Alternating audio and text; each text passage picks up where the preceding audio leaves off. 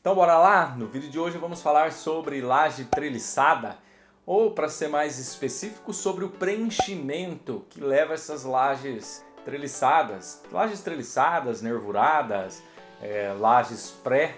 Vou deixar aqui uma fotinha dela.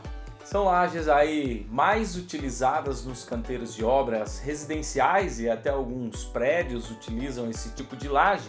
E esse preenchimento rola muita dúvida e até alguns preconceitos sobre a laje de isopor ou a laje cerâmica, sobre essas lajotas cerâmicas que são utilizadas. O pessoal fala que o isopor não é resistente, que leva a perigo estrutural utilizar isopor, mas não é bem assim.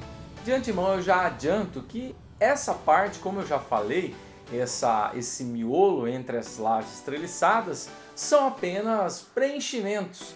Isso reduz a quantidade de concreto que vai ser utilizado, isso reduz o peso e ajuda aí na parte estrutural e na parte financeira. Estruturalmente falando, tanto faz a utilização do isopor ou da lajota cerâmica. Não leva nenhum tipo de prejuízo aí estruturalmente falando. Mas existem algumas vantagens e desvantagens no uso de uma ou de outra. Vamos começar falando sobre as desvantagens da lajota cerâmica. Ela é uma lajota, ela é um preenchimento pesado, então para você manipular ela no canteiro de obra é um pouco mais difícil. Você vai precisar de uma mão de obra aí, e principalmente se você não tiver espaço no canteiro de obra para armazenar e tiver que levar ela de um local para o outro para guardar ela é um pouco difícil porque ela é pesada.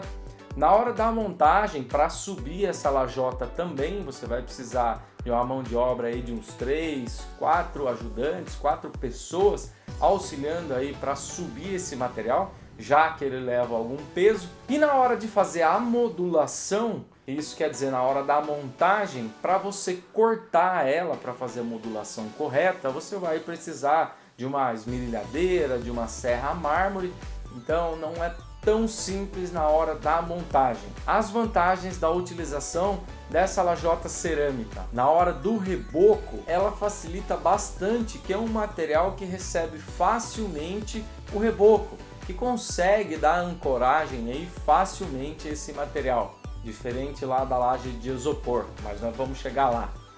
Outra vantagem da utilização dela, se você estiver num ambiente que venta muito, por exemplo, você colocando ela, você não vai precisar ficar apoiando, não vai precisar colocar algum tipo de amarração para não sair voando aí esse material. Outra vantagem também é que na hora da concretagem é mais difícil essa lajota vir quebrar em relação à capa de isopor.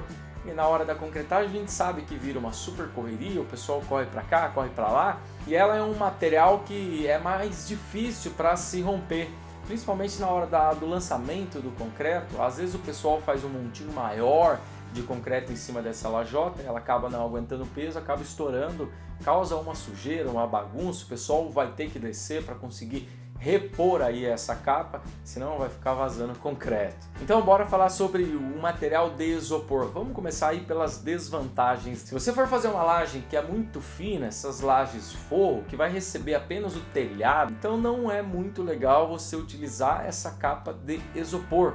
Essas lajes H8, por exemplo, que são muito fininhas, o preenchimento dela é fino e essa capa ela estoura muito. Então na hora da concretagem ela tende a estourar bastante. Aí eu aconselho a utilização das lajes de cerâmica que aguentam um pouquinho mais. Nos casos da laje ser aquelas lajes bem fininhas, aquelas lajes que vai receber um telhadinho de Eternite, não vai ter acesso de pessoas, enfim. A outra desvantagem da capa de isopor, se você for fazer um reboco embaixo dela, ela é mais difícil a ancoragem.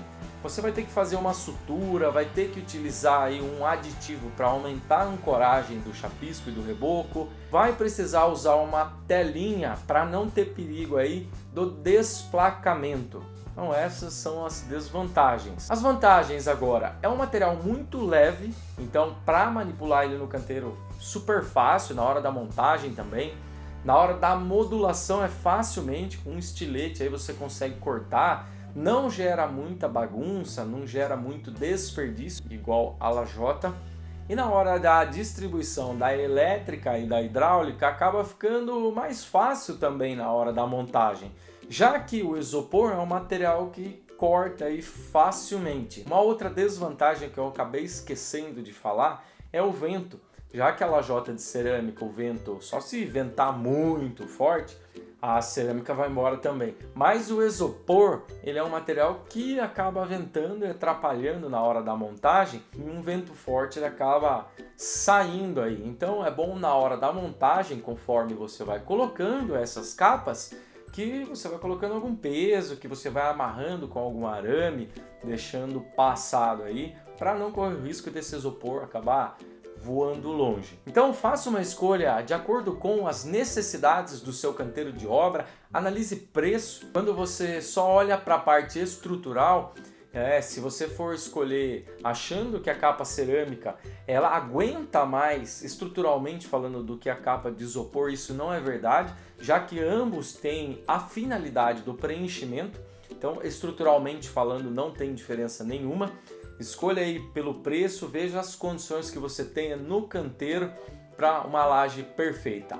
Beleza? Aproveitando aí, pessoal, se inscreva no canal, nos ajude a crescer cada vez mais. Se curtiu esse vídeo, está curtindo o nosso trabalho, deixa aquele like que nos ajuda bastante. Isso faz com que o vídeo chegue a mais pessoas. Muito obrigado e um grande abraço.